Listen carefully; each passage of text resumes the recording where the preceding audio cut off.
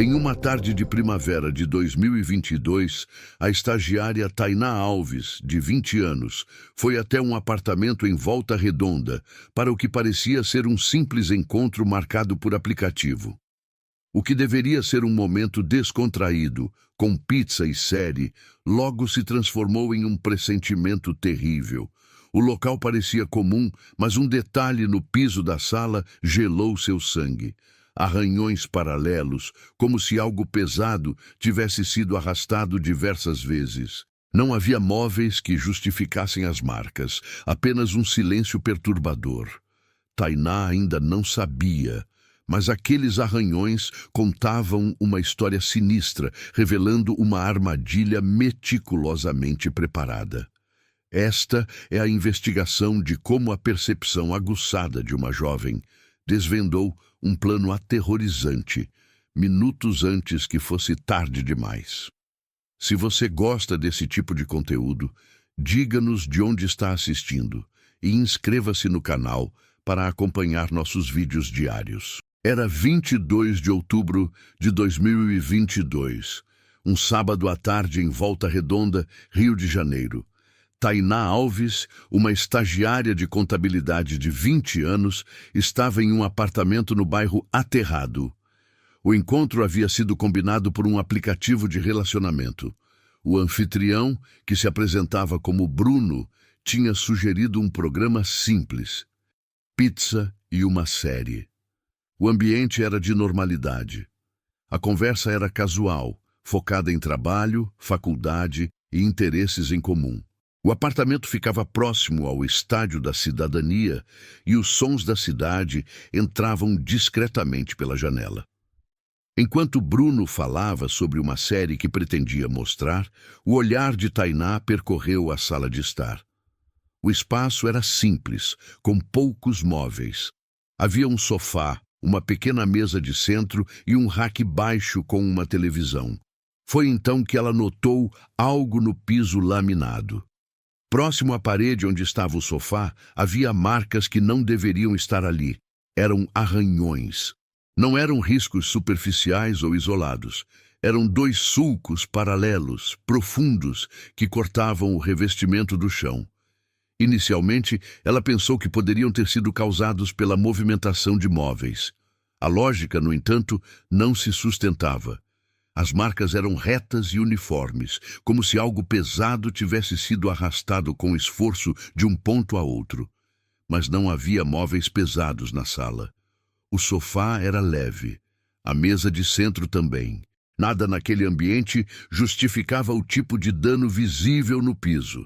Tainá continuou a conversa, esforçando-se para manter uma expressão natural. Sua atenção, porém, estava dividida. Ela olhou novamente para os arranhões. Pareciam recentes. As bordas dos riscos eram nítidas, sem o acúmulo de poeira que o tempo traria. A mente de Tainá começou a processar a dissonância entre o que via e o que o ambiente sugeria. A normalidade da situação começou a se desfazer. A voz de Bruno tornou-se um som secundário. O foco dela estava fixo naqueles dois riscos paralelos no chão. Eles eram uma anomalia, um detalhe que quebrava a lógica da cena. Uma sensação física percorreu seu corpo. Um arrepio começou em sua nuca e desceu por toda a sua espinha. Naquele momento, Tainá entendeu que algo estava fundamentalmente errado naquele apartamento. Os arranhões contavam uma história que não correspondia à de um simples encontro para comer pizza. A jovem no apartamento era Tainá Alves. Tinha 20 anos e uma vida estruturada. Cursava a faculdade de contabilidade e já atuava na área como estagiária. Sua rotina era disciplinada, dividida entre o trabalho, os estudos e as responsabilidades domésticas. Tainá morava com a mãe, a quem ajudava financeiramente e nas tarefas diárias. O seu principal objetivo era concluir o curso superior para construir uma carreira. Amigos e familiares a descreviam como uma pessoa focada e responsável, com planos definidos para o futuro. O encontro daquele sábado era uma atividade social pontual, uma pausa em uma agenda dedicada majoritariamente às suas metas. Os eventos ocorreram na cidade de Volta Redonda, no estado do Rio de Janeiro. O ano era 2022, durante a primavera. O apartamento do suspeito estava localizado no bairro do Aterrado, uma área conhecida pela proximidade com o Estádio da Cidadania. A região registrava movimento noturno constante, impulsionado por jogos e pela atividade de bares locais. Essa circulação de pessoas criava uma aparente sensação de segurança pública ao redor do prédio onde o crime foi planejado. A interação entre Tainá e o suspeito começou 4 dias antes do encontro. No dia 18 de outubro de 2022, eles se conectaram por meio de um aplicativo de relacionamento. Após trocas de mensagens, marcaram de se encontrar no sábado seguinte, dia 22. O pretexto para a visita era comum e não levantava suspeitas. Às 17 horas do dia 22 de outubro, Tainá chegou ao prédio no bairro Aterrado. Seu acesso foi registrado pelas câmeras de segurança do elevador. As imagens, posteriormente liberadas pela síndica Lília, mostram Tainá entrando no elevador de forma tranquila. Ela não demonstrava qualquer sinal de apreensão. O convite de Bruno era explícito e casual: assistir a uma série e pedir uma pizza. Nada na chegada ou na proposta inicial indicava qualquer perigo iminente. Para todos os efeitos, era o início de um encontro social comum. Dentro do apartamento, a conversa continuava. Bruno descrevia o enredo de uma série. Tainá, no entanto, mantinha sua atenção fixa no piso. As marcas eram 2 sulcos paralelos e profundos. Elas partiam de um ponto próximo ao rodapé e se estendiam por cerca de 1 metro em direção ao centro da sala. A aparência era de dano recente, causado por um objeto pesado sendo arrastado repetidamente sobre o mesmo trajeto. O raciocínio imediato seria atribuir as marcas a uma mudança de móveis. Tainá analisou o mobiliário. Havia um sofá de 2 lugares, uma mesa de centro de vidro e um rack de televisão. Nenhum desses itens possuía peso ou estrutura para causar arranhões daquela profundidade e precisão. O sofá, o objeto mais pesado, tinha pés com proteção plástica. Mesmo que fosse arrastado, não deixaria aquele tipo de marca cortante no piso laminado. A explicação lógica não existia. A causa das marcas não estava presente no ambiente. Essa inconsistência gerou um alerta imediato em sua mente. Os arranhões não eram acidentais. Eles indicavam uma ação deliberada, cuja finalidade era desconhecida. A sala, que antes parecia um local comum para um encontro, agora se apresentava como um cenário com um elemento inexplicável. O piso contava uma história que os móveis não podiam justificar. A desconfiança de Tainá precisava de uma confirmação. Ela precisava observar a área atrás do sofá, de onde os arranhões pareciam se originar, sem levantar suspeitas. Aproveitando um momento em que Bruno se levantou para ir à cozinha, ela se inclinou para o lado, simulando ajustar a própria postura no assento. O movimento foi rápido e discreto. Sua visão confirmou o que seu instinto já alertava. Fixada na parede, a poucos centímetros do rodapé, havia uma corrente. Não era uma corrente decorativa ou um item casual. Era uma peça de metal robusta, com elos grossos e de aparência industrial. Ela estava presa à parede por uma pequena placa metálica, firmemente chumbada com parafusos. A instalação era sólida, projetada para suportar força. A altura da fixação correspondia exatamente ao ponto de partida dos arranhões no piso. A conexão entre os 2 elementos era inegável. A corrente, quando esticada, era a causa das marcas. A peça não tinha nenhuma função aparente ou justificável na decoração de uma sala de estar. Sua única finalidade lógica era a de contenção. O arrepio que sentira antes se transformou em uma certeza absoluta. O perigo não era uma suposição. Era real, planejado e estava instalado na parede à sua frente. Tainá se endireitou no sofá no exato momento em que Bruno retornava à sala. Sua expressão facial permaneceu neutra, mas sua percepção da realidade havia mudado completamente. A confirmação do perigo exigia uma ação imediata. Tainá sabia que precisava comunicar a situação sem alertar o homem que estava com ela na sala. Qualquer movimento suspeito poderia precipitar uma reação violenta. Ela recorreu a um plano de segurança previamente combinado com sua melhor amiga, Paula. O sistema era simples e foi batizado de check-in seguro. Consistia em uma mensagem de texto com uma palavra-código específica, que, se enviada, significava perigo iminente e a necessidade de acionar a polícia imediatamente. Tainá precisava de uma justificativa para usar o celular. Ela aguardou um momento de distração de Bruno, que estava concentrado em procurar algo na televisão. Com o aparelho em mãos, ela abriu a conversa com Paula. Sua movimentação foi calculada para parecer casual, como se estivesse apenas respondendo a uma mensagem rotineira. A tensão era alta, mas sua expressão permaneceu calma. Às 17h40, Tainá digitou e enviou a palavra-código. A mensagem foi entregue instantaneamente. Em seguida, ela guardou o celular, voltando sua atenção para a televisão como se nada tivesse acontecido. A ação durou poucos segundos. A destinatária era Paula, sua amiga de confiança. Ela estava ciente do encontro de Tainá e do protocolo de segurança que haviam estabelecido para essas situações. Ao receber a mensagem, Paula compreendeu a gravidade da comunicação. Não era um engano ou um alarme falso. A palavra-código era a confirmação de que Tainá estava em uma situação de risco real. O plano de ação, a partir daquele ponto, transferia a responsabilidade para ela. Paula era agora a primeira linha de defesa de Tainá. Ao receber a mensagem com a palavra-código, Paula não hesitou.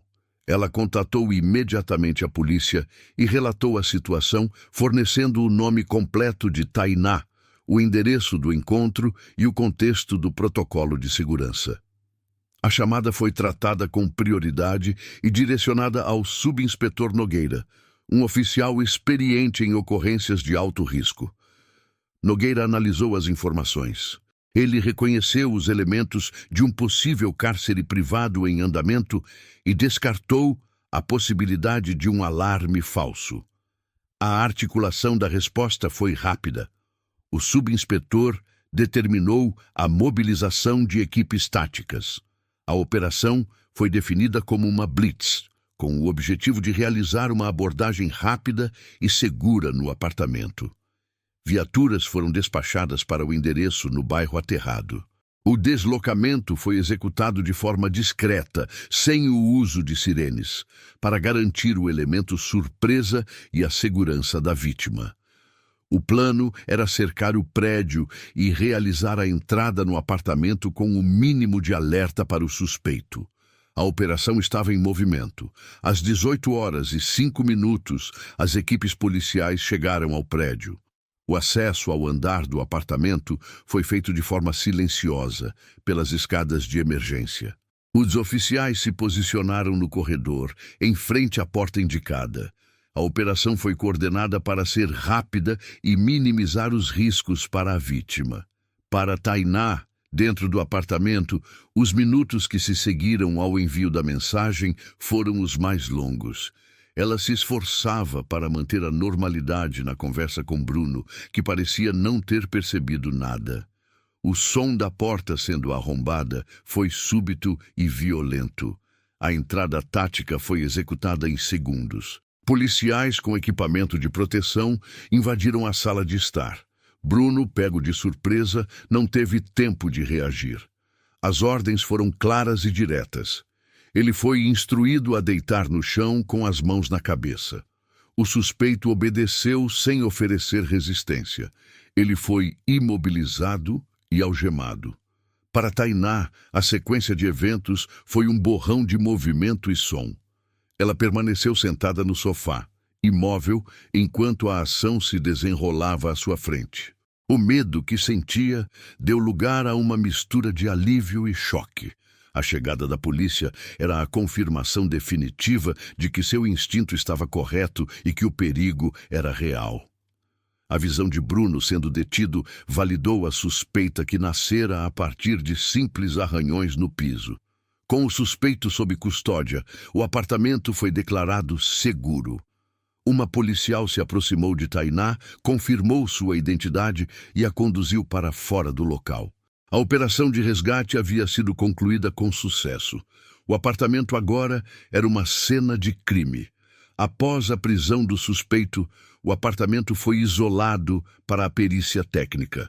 A equipe era liderada pelo perito criminal Dr. Érico, cuja tarefa era encontrar e analisar as evidências físicas que pudessem explicar o que Tainá havia descoberto. O objetivo era coletar provas materiais que conectassem o suspeito a um plano premeditado e que esclarecessem a função da corrente e a origem dos arranhões no piso.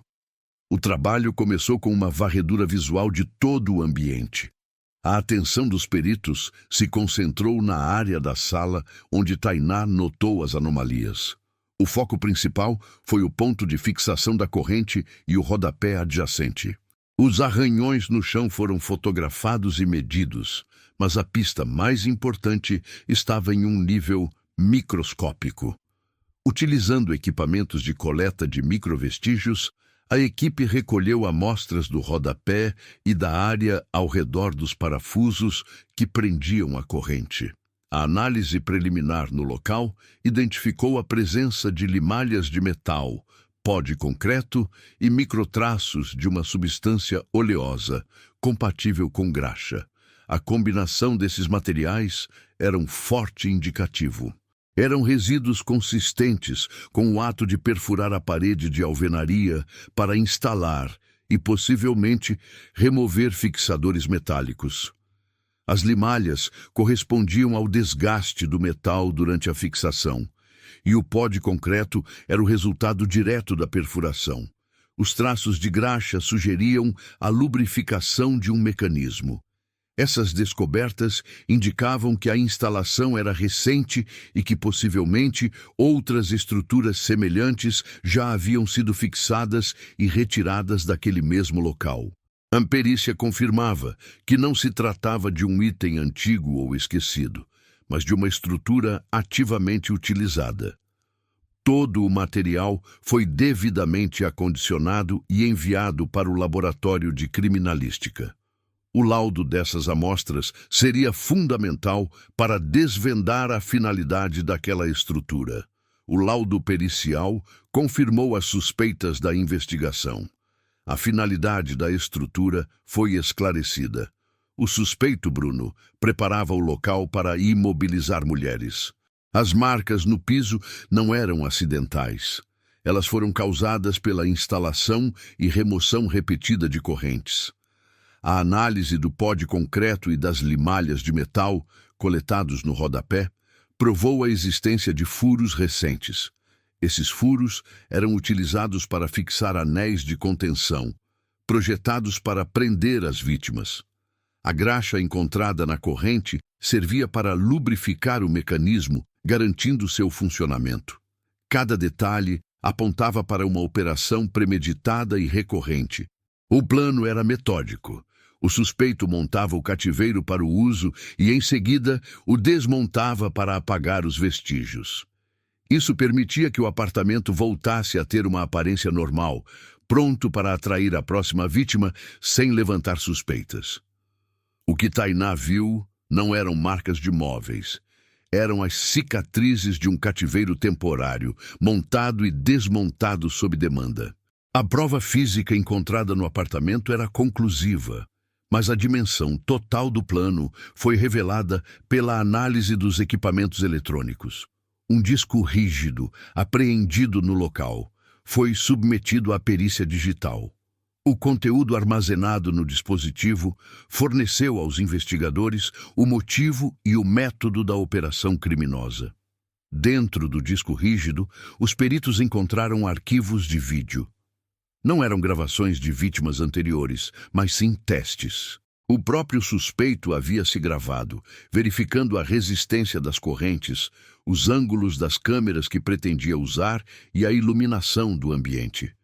Os vídeos demonstravam um planejamento detalhado, ensaiando a imobilização e a transmissão das imagens. O apartamento não era apenas um cativeiro, era um estúdio preparado para a produção de conteúdo. A análise revelou também o destino desse conteúdo. Os investigadores localizaram links para transmissões ao vivo, algumas recentes, indicando testes de conexão e plataforma. Mais importante, foram encontradas as conversas do suspeito com outros indivíduos. Essas comunicações não deixavam dúvidas sobre a finalidade da operação. Bruno negociava o acesso a um grupo fechado e privado. Os membros pagavam uma taxa para assistir às transmissões ao vivo. As conversas detalhavam os valores, as formas de pagamento e o que os compradores poderiam esperar. O plano era imobilizar as mulheres que ele atraía para o apartamento e transmitir as sessões de cativeiro para esse público pagante. O crime não era apenas o sequestro, mas a exploração comercial da violência, vendida como entretenimento para um mercado clandestino online.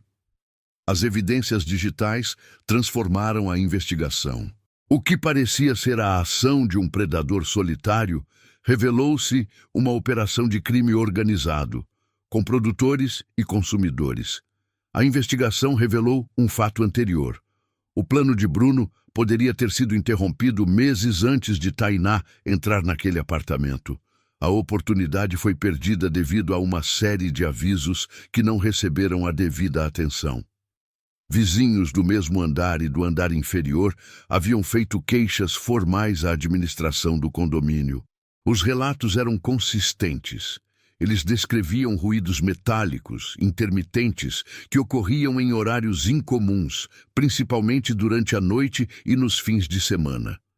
Os sons eram descritos como o arrastar de correntes ou o impacto de metal contra o piso e as paredes. As reclamações começaram meses antes da prisão do suspeito e se tornaram mais frequentes nas semanas que antecederam o incidente com Tainá. As queixas foram registradas pela administração do condomínio. Contudo, nenhuma ação efetiva foi tomada. Os ruídos foram classificados internamente como barulhos comuns de reforma ou de manutenção de móveis. A administração presumiu que se tratava de um incômodo trivial entre vizinhos, um problema comum em edifícios residenciais. Nenhuma vistoria foi realizada no apartamento do suspeito para verificar a origem dos sons. A síndica Lília, a mesma que forneceu as imagens do elevador para a polícia, foi questionada sobre as queixas durante a investigação. Em seu depoimento, ela confirmou o recebimento dos relatos dos moradores. Ela admitiu que os avisos foram subestimados e tratados como ocorrências de baixa prioridade. Apenas após a prisão de Bruno, a natureza dos ruídos se tornou clara. Os sons metálicos não eram de uma obra ou de um concerto. Eram os sons da montagem e desmontagem do cativeiro. Cada vez que o suspeito instalava ou removia as correntes e os anéis de contenção, ele gerava os ruídos que alertaram a vizinhança. Eram os ecos de um crime em preparação que foram ouvidos, registrados, mas ignorados. A prisão de Bruno não encerrou o caso. A história de Tainá Alves teve um impacto público significativo. A repercussão do método de segurança utilizado por ela e sua amiga Paula foi ampla. A notícia sobre o sistema de check-in seguro se espalhou rapidamente, primeiro pela mídia local e depois por redes sociais. O caso gerou uma resposta prática em condomínios residenciais por todo o estado do Rio de Janeiro e, posteriormente, em outras partes do país. Administrações de prédios passaram a adotar novas medidas de segurança, inspiradas diretamente pela ação das duas jovens. Cartazes informativos sobre o check-in seguro começaram a ser fixados em áreas comuns, como elevadores e portarias. Esses avisos explicavam a importância de combinar códigos de segurança com pessoas de confiança antes de encontros com desconhecidos. Além dos cartazes, alguns condomínios implementaram QR Codes de emergência. Quando escaneados com um celular, esses códigos podiam acionar um alerta silencioso para a portaria ou até mesmo discar diretamente para a polícia. A iniciativa foi uma consequência direta do sistema criado por Tainá e Paula. O caso delas serviu como modelo para uma nova forma de prevenção comunitária. A história de Tainá não resultou apenas em uma condenação criminal. Ela resultou na criação de uma rede de proteção visível, inspirada pela observação de uma jovem e pela ação rápida de uma amiga. A pergunta central deste caso é se um simples arranhado no chão pode contar uma história inteira. A resposta, baseada nos fatos da investigação, é afirmativa. As marcas no piso do apartamento não eram um dano acidental. Eram o vestígio físico de um plano de cativeiro. Cada sulco no laminado correspondia à movimentação das correntes que seriam usadas para imobilizar uma vítima. A história contada por aqueles arranhões era a de preparação, de método e de intenção criminosa. O caso de Tainá Alves demonstra a importância da percepção de detalhes anômalos em um ambiente. O suspeito havia criado um cenário de normalidade. A conversa, o convite e a aparência do apartamento foram projetados para desarmar qualquer desconfiança. A falha no plano foi deixar um vestígio que não se encaixava na narrativa. Os arranhões eram uma inconsistência. A ausência de móveis pesados que os justificassem transformou a inconsistência em uma evidência. O instinto de perigo de Tainá não foi uma reação abstrata, mas uma conclusão lógica baseada na dissonância entre o que via e o que deveria ser normal. Essa observação atenta foi o fator decisivo que iniciou a cadeia de eventos que levou à sua segurança e à prisão do criminoso. A história reforça a eficácia de medidas de segurança pessoal, como o check-in seguro combinado com a amiga Paula. A tecnologia permitiu um pedido de ajuda silencioso e eficaz, que foi crucial para a resposta rápida da polícia.